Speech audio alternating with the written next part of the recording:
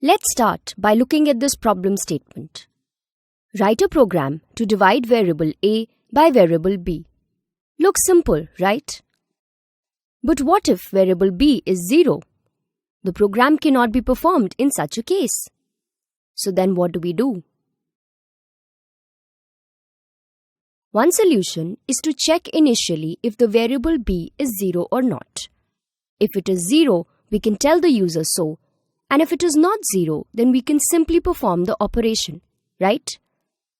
But do you know how to write such a program with such different actions for different possibilities? I'm sure the answer is no. Well, to write such programs where we need to check certain conditions and then perform some operations, we use the if-else statements or the if-else block. This is the syntax used to write the if-else block. So as you can see here, the program is just like the flowchart we had planned out earlier. We have used the if keyword here and we've mentioned the condition for the if statement. Now if this condition is true, some operation will be performed. Else, some other operation will be performed. Let's open the IDE and write the program using this syntax. We will first define two variables a and b. Then we will write the if statement to check if b is equal to 0. We are using the comparison operator to do so. The value of this operator will either be true or false. Now if the variable b is found to be 0, we will print the statement telling the user that the division cannot be performed. Then we will close this if part of the program and write the else keyword. So, if b is not equal to 0, we want to perform the division and we will mention the steps for the division like this in the else block. We have used the print function here to print this output. Now let's run this program and see the output. Yes, we got it. Since we had given the value of b to be 0, the if part of the program got executed. Now let's change the value of b to some non-zero integer and see the output. Yes, we get the expected results. Now let's take another example. The problem statement is this. Declare two integer variables and tell which of them is the greater number. So let us declare two variables. Then we write the if statement to check if the variable a is greater than variable b.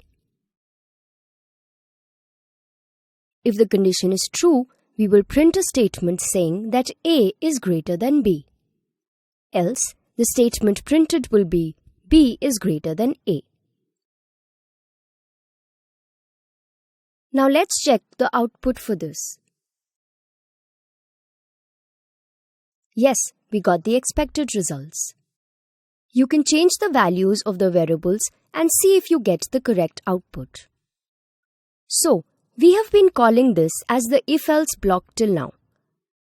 But if this is a block body, then there must be an expression body for the same, right? Let's see how we can write that. So let's define another problem statement. Declare two variables and assign them integer values. Check which of the two variables is greater and assign the value of this variable to another variable called max value.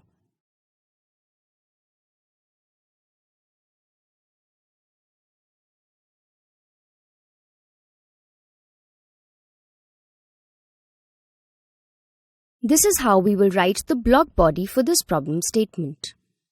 So we have declared three values here. Then we write the if statement to check if a is greater than b. If yes, the value of a will be assigned to the variable max value like this.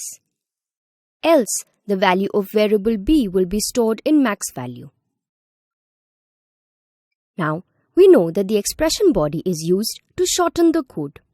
So let's understand how we can do that here.